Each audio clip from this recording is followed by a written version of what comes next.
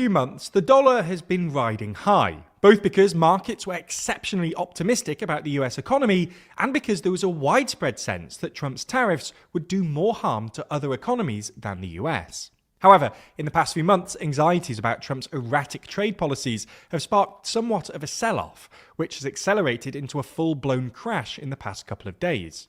So in this video, we're going to take yet another look at the declining dollar, what it means for the US economy, and how it could set up an uncomfortable showdown between Trump and the Federal Reserve. So guys, the dollar continues to collapse, and yeah, we're heading into some very serious, murky economic waters. Today's video comes from Teal Deer News. Their channel will be linked in the description of the video so that you can go and check them out.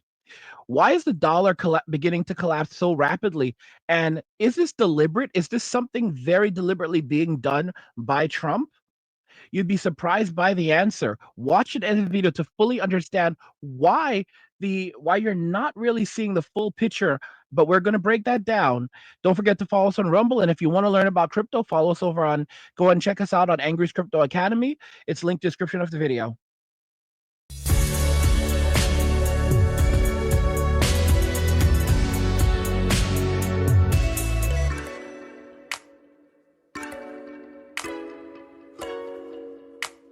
Never miss an episode and always feel in the loop by subscribing and ringing the bell. So let's start with a bit of context.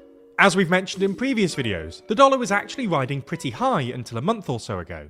Once it started looking like Trump might win the election, back in about September last year, the dollar surged against other currencies. The best way to illustrate this is to look at the so-called dollar index, which basically measures the strength of the dollar against a weighted basket of other currencies.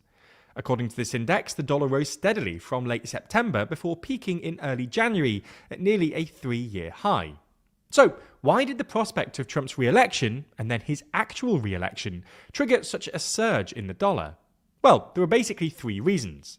First, investors anticipated that Trump's policies of tax cuts and tariffs would mean higher inflation, which would mean higher interest rates from the Federal Reserve, and therefore make it more attractive to save in dollars.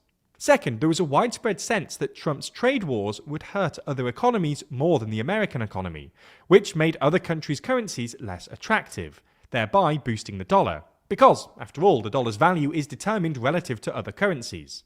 And third, there was a sense in America's business community that Trump's promised agenda of tax cuts and deregulation would boost growth. Now, this wasn't necessarily a good thing from Trump's perspective. After all, he and senior members of his team have occasionally suggested that they would want a lower dollar to help make American exports more competitive and reindustrialize America. But it was nonetheless a testament to some genuine optimism about Trump's economic policies.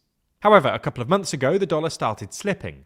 This was in part because investors became slightly more optimistic about other economies, including Europe, China, and Japan, which strengthened their currencies and therefore weakened the dollar. But it was mainly because, even then, it was becoming clear that Trump's policies, and especially his tariffs, were just too unpredictable, which was taking a toll on both consumer confidence and business investment. However, this slippage has now accelerated into a full-blown crash since Trump's Liberation Day. As of Monday morning, the dollar index is now down nearly 10% from its January high and falling. Similarly, the euro is now trading at $1.14, its highest level since 2022. This is a remarkable turnaround. Only a couple of months ago, people were talking about the prospect of the dollar and the euro reaching parity. So, why is this? Well, as you probably already know, this collapse is a symptom of the fact that markets and investors really aren't optimistic about Trump's economic policies, and especially his tariffs. It's not just the magnitude of the tariffs, although that's clearly part of it. While Trump has now scaled back some of his tariffs, the 145% tariff he slapped on China will effectively sever all direct trade between the world's 2 biggest economies, with massive economic consequences. It's also the erratic way that they're being applied. No one knew how big the Liberation Day tariffs were going to be until Trump brought out his chart of doom, and no one knew he was going to roll them back until the last minute. Not only had this massively undermined both consumer confidence and business investment, which is why most analysts now think the American economy is headed to recession, it's also terrible for Trump's stated project of reindustrializing America. Because building out factories and power plants would require massive investment over a long time horizon. Here's the thing, and this is what we're all kind of getting at.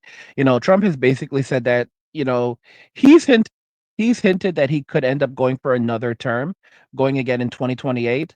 And while people in Congress, for example, the Speaker of the House, Mike Johnson, or the current head of the Department of Justice, you caught my hiccup. That was a hiccup. I'm just gonna leave it in. Uh, but yeah, while these people have basically suggested that it's unlikely that he will run for another term, and if I hiccup throughout the video, please forgive me. But yeah, it's seeming more and more possible that he very well may end up going for a third term. But he has a co it's the but he clearly has an agenda. What this agenda here looks like is that Trump is actually trying to push for a weaker dollar. A weaker dollar can make US exports more competitive internationally as they become cheaper for foreign buyers. This could boost domestic production and reduce trade deficits, aligning with Trump's focus on economic nationalism. Additionally, a weaker dollar lowers the value of dollar denominated debt, making it less expensive for the US government to repay its obligations in real terms. However, this strategy does come with some risks, such as increased inflation and reduced purchasing power for Americans. The thing is that we're already spending massive amounts for everything. We're already being taken advantage of. We're already suffering from super high inflation.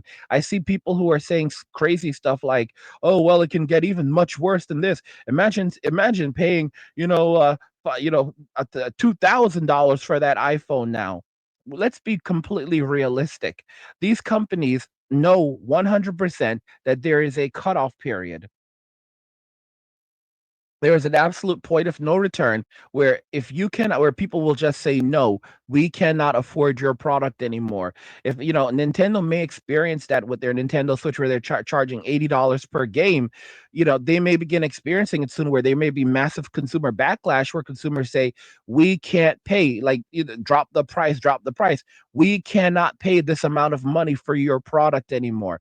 And these companies are extremely arrogant, and because of that arrogance, many of them are going to see massive crashes. And if they try to fight the consumer, you know, in the short term, they may win. In the long term, they're basically digging a hole for their own demise. So Trump very likely is actually trying to reduce the value of the dollar. He wants the dollar to be weaker, because if the dollar is weaker, then countries around the world are more likely to buy American products, because it now becomes cheaper for them to afford American products.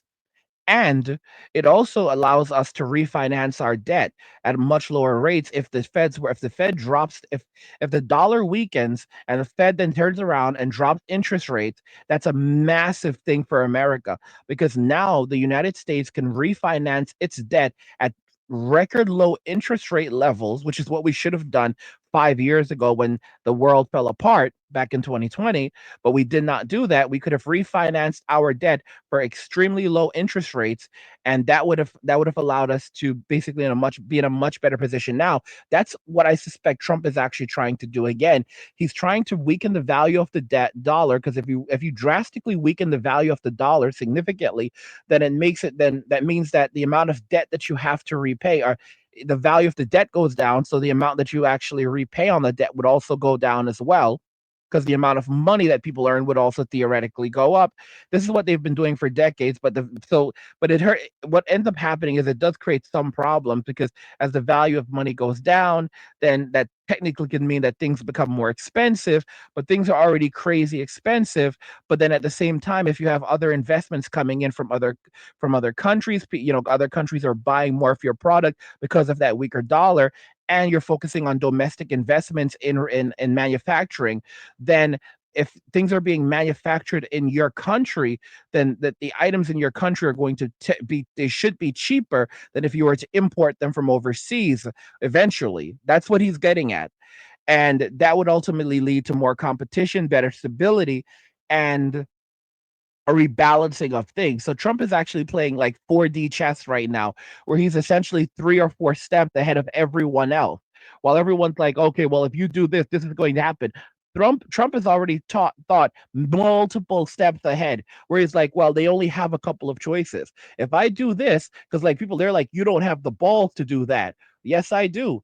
Trump will literally crash. Trump is so bad. He is so risque in the sense that like he's so ballsy that he will crash the global economy if he has to get what he wants to fix things. This is how he rolls. He's not afraid he's not afraid to play hard. Now, of course, he understands the risk and so forth, and he's trying to mitigate things. He's a deal maker. He loves a good deal, and what he's trying to do is to renegotiate a lot of the tariff rates right now to possibly zero tariffs for a lot of countries, allowing America to basically, have access to these different markets around the world and make real money from these markets, and that actually grows real well. And he's really just going down this road. The guys, right now we're moving over to a crypto-based economy, which is the reason why I keep on telling you guys to learn about crypto and invest in crypto. One of the best things you can do is to go and check out Angry's Crypto Academy. Guys, check out Angry's Crypto Academy, where we teach you how to buy, sell, and trade crypto. We offer courses like Introduction to the Staking Cryptocurrency course, Introduction to Mastering Cryptocurrency Wallets, Introduction to Buying Cryptocurrency for Beginners, Introduction to Day Trading Cryptocurrency for a Living. This is the most painless way to buy Bitcoins course, Introduction to Buying Bitcoins Anonymously and Through Secret Methods, Introduction to an Expat's Guide to Decentralized Banking and Off-the-Grid Living, Introduction to Cryptocurrency, the New Digital Frontier, and blueprints like the Crypto Freelancing Blueprint, Yield Farming Blueprint, the Expat's Crypto Blueprint, Escape the 9 to 5 Blueprint, How to Make Massive Profit Staking Cryptocurrency Blueprint, Cryptocurrency Wealth Blueprint, Crypto Trading for Dummies Blueprint, and more. The link is in the description of the video. Go check it out now. Which in turn requires economic certainty. On top of that, the tariffs are also badly designed to this end. Take Trump's recent exemptions for Chinese-made smartphones, for instance. This is pretty great for American consumers, who are otherwise going to have to pay hundreds of dollars more for their smartphones. But it's actually pretty terrible for American producers. Imagine you want to manufacture smartphones in the US, for instance. You've now got to compete with exempted Chinese imports, and you've got to pay a massive 145% tariff for any components you might want to import from China, like batteries or screens, which actually puts you at a disadvantage to your Chinese competitors. Anyway, the point we're trying to make here is that Trump's tariffs have spooked both markets and investors, which is why the dollar is selling off.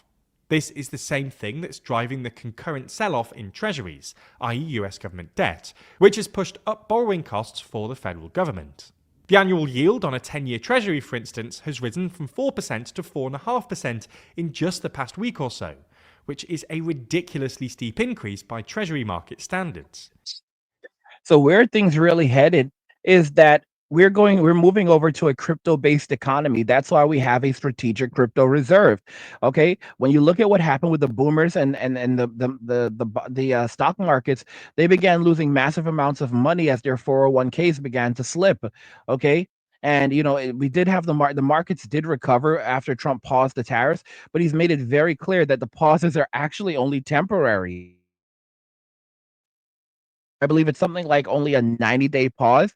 So they're coming right back. And if you look at what he did when it came to Mexico and Canada, he did that the first time around where he paused the tariffs temporarily, but then he let them go into effect, and they have been steadily in effect.